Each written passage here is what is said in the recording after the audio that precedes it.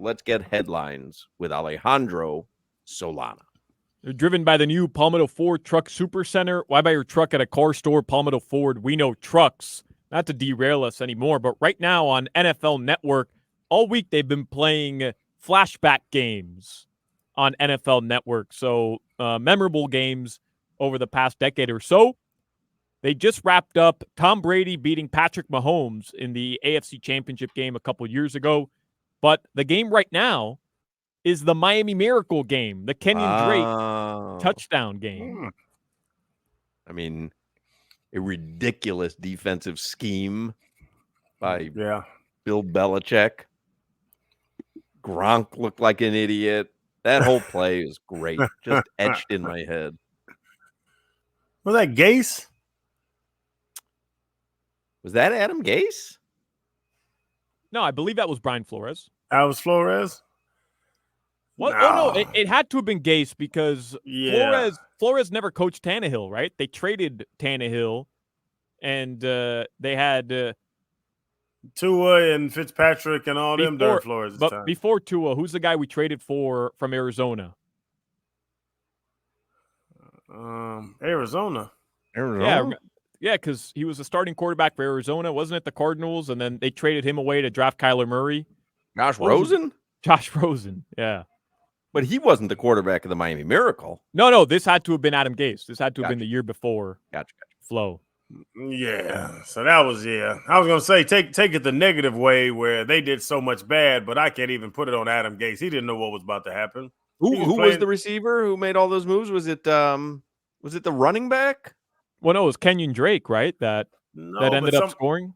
Somebody caught it and pitched it back to him. Right, but it was Kenyon Drake who went all the way, right? Yeah. Yeah. I think it was Parker who caught it, wasn't it? I was about to say Devontae Parker was the guy that caught it and pitched it back. Do you want to hear the I have the call here. Do you want to hear it? It's also funny that I said this play is permanently etched in my memory, and I don't have a single memory of this play. All I've done is ask questions about it. Where was it at again? Who were they playing? You want to hear the radio call? Yeah. Tannehill, last shot, back to throw. They throw it down. They try to pitch it, and they do to Parker. Parker pitches it, and it's Drake, 30, 20. That counts. He's got a tackle. No way! No way! What now? The Dolphins win! Unbelievable! Are you kidding me? Oh, that is unbelievable! I don't believe what I just saw! Well, no one knows what you just saw because there's just a bunch of screaming. What are we guessing what you just saw? What happened? That was the broadcast, or that was just some fans in section 13 mic'd up? That was your phone, Solana. I mean, what was that? That was the call? That was the call. That's heard right here on WQAM.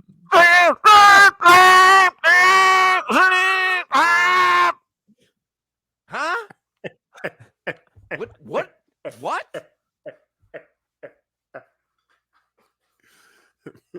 Close second to Do You Believe in Miracles from Al Michaels. Got the pitch. Got the Parker pitch, the pitch. It's like Jimmy Zavalo is so sad. And here's the snap. Can't believe what I just saw. Well, what the hell did you see? Isn't that your job? Aren't you supposed to tell us what you just saw? They were calling ducks. They were hunting. Tannehill back to pass. They were calling ducks. Sounds like a car alarm. What? Hey.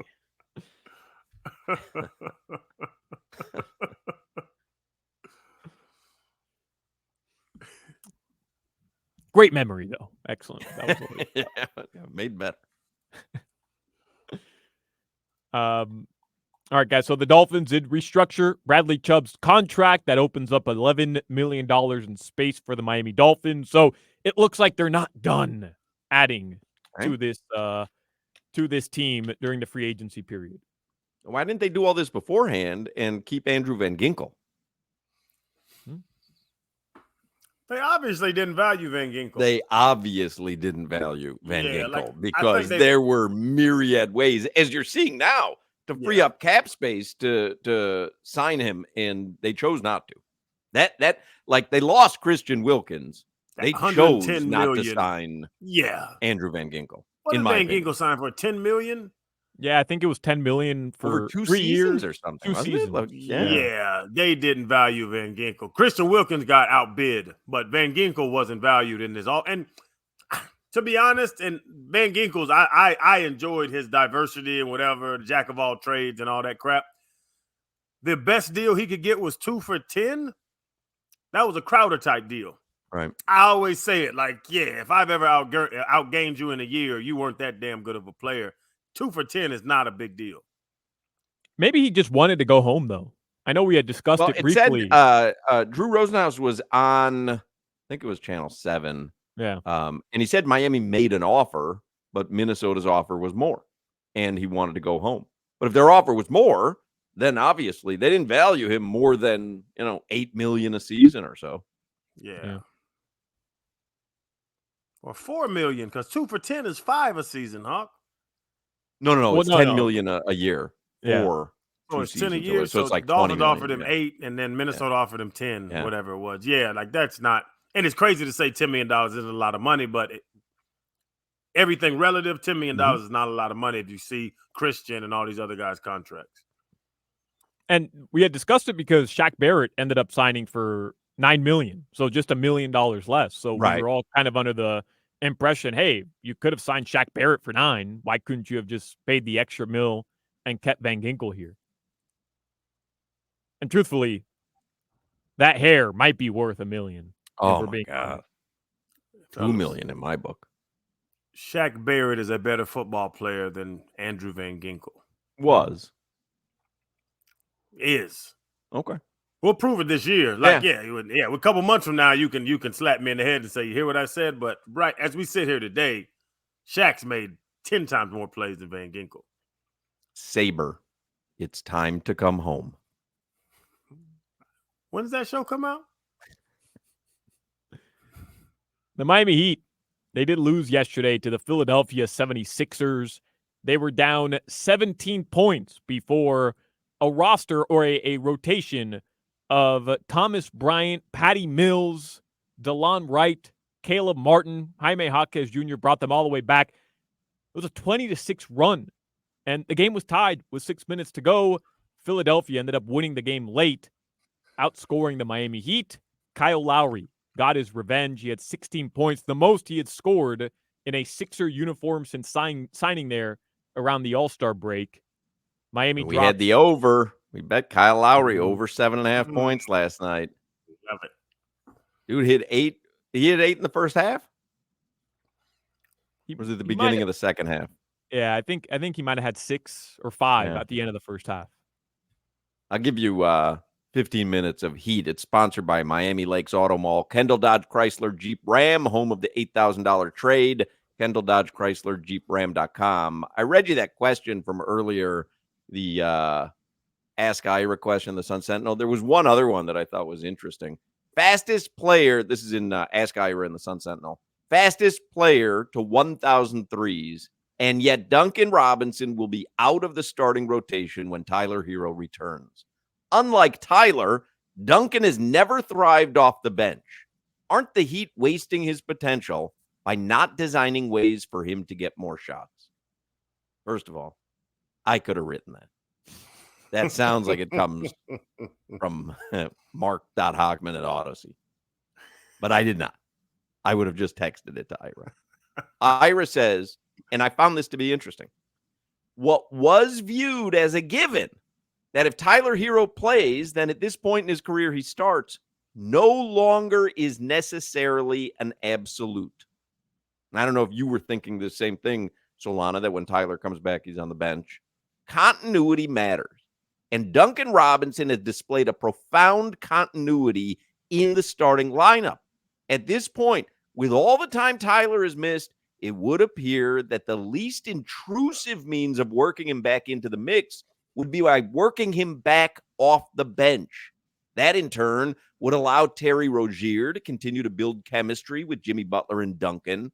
The ultimate factor could be if the Heat can avoid the play-in and therefore assure themselves of at least a 5-day break before the playoffs. In that case, everything could be on the table with a full pre-playoff training camp.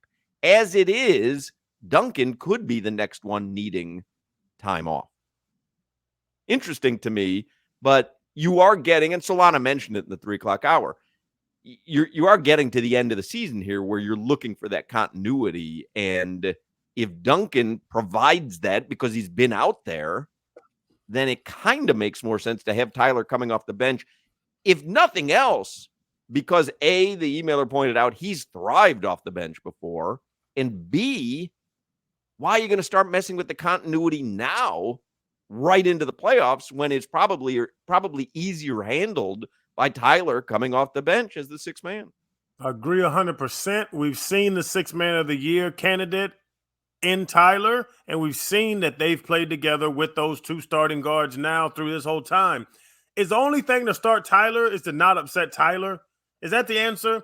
If Tyler's healthy, we don't want him being mad coming off the bench. Like, I think that was a small part of it. I think that was a small part of it, but I think he was a better offensive threat. He is, because he can be ball dominant. He can run the offense. It goes through him. If he wants to dribble for 20 seconds and shoot one up, he can shoot one up. Like, I think his game is made to be a six man. I love Lemon Pepper Lou.